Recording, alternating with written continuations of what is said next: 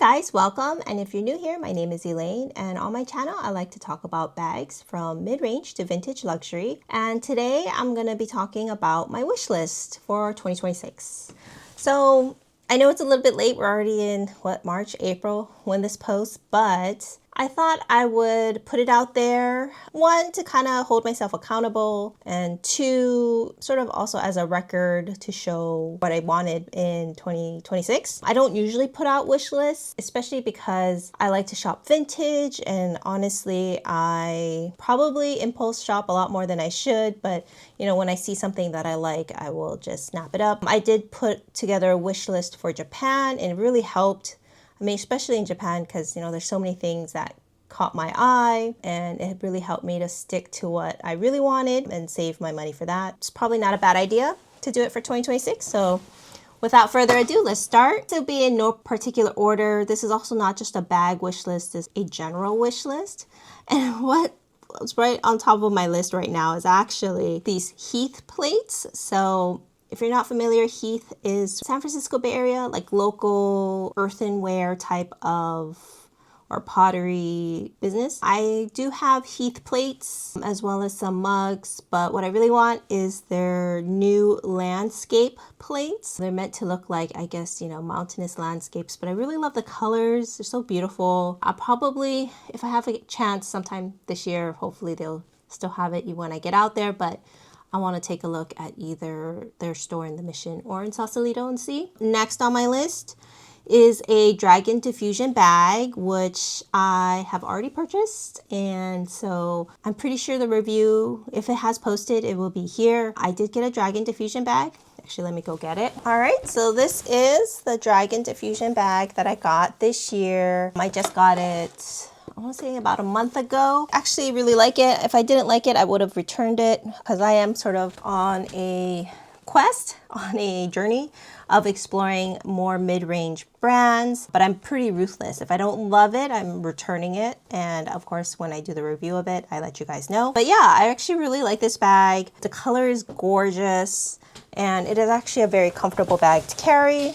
You know, fits over my shoulder, fits all the essentials. I go over it in my review. And then next on my list is a Bottega Veneta Hobo. So much like my other Veneta Hobo in Seafoam Green.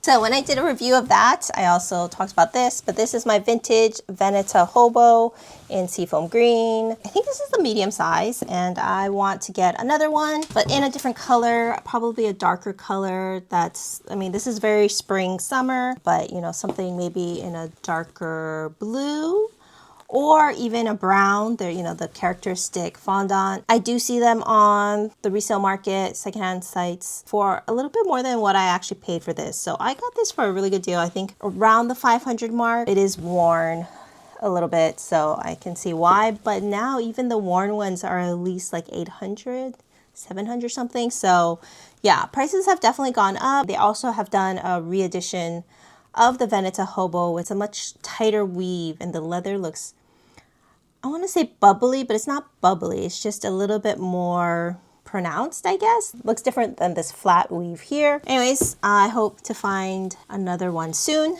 that is in a different color. I mean, honestly, if I didn't have a budget and had no constraints on my closet space, I would get 4 or 5 of these in different colors, because I really love it. They're really fun. The color saturation is really nice. They carry quite a bit, but they also feel very comfortable over the shoulder. And yeah, they're good bags. Next on my list is Hermes Evelyn 23. So yeah, I used to have, oh no, I do have the 29. So that's the PM size, but I never had the TPM size, which is the Evelyn 16, super small. So this Evelyn 23 seems like a good in-between size. I do use my Evelyn 29 more as a shoulder bag than a crossbody bag, but I feel like you could do the same with the 23, but that would also be better suited as a crossbody bag. So anyways, we'll see. I'll try my luck maybe in Hawaii. I also was looking at the Herbag Zip Cargo Pocket. So it is the Herbag, and I do have this Herbag now. So it's the Herbag, but it has a little pocket over here, which I thought was super cute. Then you could put your phone in here, and then on the back it still had that zip pocket. I mean, this is a vintage one, so it doesn't have any of that, of course. But I probably will not get it, because I did just get this for 2026. and I've used it maybe once. It would be foolish to buy another one if I hardly use this one. And I love this one. I love the texture on this one. It's funny that all of these are green bags. Guess I'm in a green bag era. So I'm checking off the Her Bag 31 cargo zip off my list for this year because I already have a Her Bag. Next on my list, another Hermes item is a Togo Trim 31. So I'll pop a picture here, but a Trim 31 is basically a shoulder bag. And I've had it before in Courchevel, which is sort of like a precursor to Epsom. I feel like Togo is the perfect leather type for a trim where it's just a little bit slouchy, but not too slouchy. I mean, it's on my list. I'm not really actively searching for it, but if I see one, yeah, I mean, it's on my list, right? So next, something in Blue Glacier or Gris Panton. I did do an unboxing of a Gris Panton anchorage bag, which is part of the men's line. And I did return it because it was just so massive and floppy that it just wasn't practical for me. But that color, I'm chasing that color. So basically, you know, whether it's Blue Glacier or Gris Panton, I just, you know, I want something in that color. So we'll see. And the last Hermes item on my list is the Farandole earrings. I'll put a picture up here, but they're usually in rose gold. I don't want the sterling silver ones. And I probably will not buy them brand new because right now I think they're like $1,800, which is pretty excessive for just some basic gold studs. But I do like that Farandole Chantanque motif, and I feel like it would be great to have it for just like a simple stud. So yeah, we'll see. I'm definitely looking on the secondhand market for that. Probably gonna get it off the Real just because the Real gets them in pretty often. I'm pretty sure a lot of people buy them as Birkin bait or, you know, whatever, pre-spend, so that, you know, they can get they check that off their list for jewelry. You know, you get jewelry, homeware, ready to wear, a little bit of everything, right, to get that Birkin. So I think the Farandole, because it is gold, but it's on the more affordable end, people buy it a lot, but then people don't wear it. And then once they already have the Birkin, they just like sell it. So yeah, if you go on the Real, they tend to have it pretty often. Next on my list is a Tudor watch. So I did have a Tudor watch once. I mean, I wouldn't say have, but like I bought it from the Real. I tried it out. I liked it, but then I ended up returning it, which I do regret. So it was the Tudor 1926 style. It's their version of the dress watch, which I like. I'm a fan of dress watches. At that time, I returned it because it was a 31 millimeter, and I thought, oh, 31's a little too big and heavy. But now that I have my stash of 24 millimeter Rolexes, I feel like I could go larger. You know, I wouldn't necessarily maybe get a 31 millimeter Rolex because I feel like 31 millimeters is sort of my upper limit for watches. Big watches, I don't know. To me, it feels like it overpowers the wrist.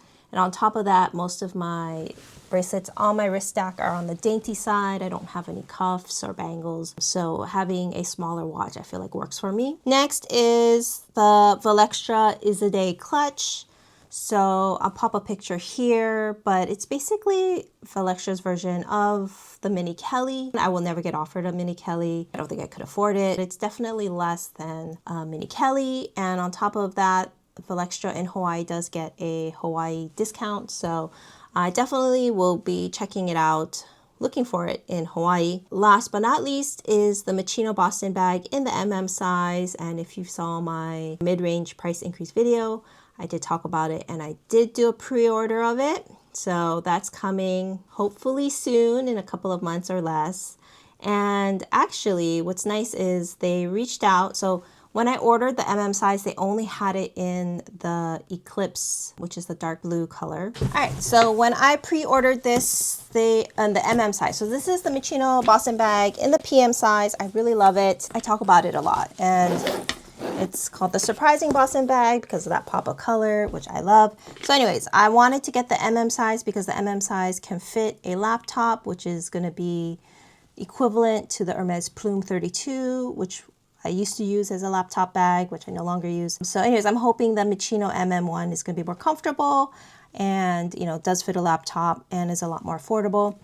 But so when I ordered it, they only came in this blue Eclipse color. But after, I would say actually just a couple of weeks ago, I got an email saying, well, would you be interested in getting the size instead in a prune color in the Machino I think Japanese website, they call it azuki, which is like the red bean. So it's like this reddish, brownish color. I don't know, when you say prune, I tend to think a little more purplish, but I don't think it's that purple. It's really a nice reddish brown with a white interior, like an ivory interior.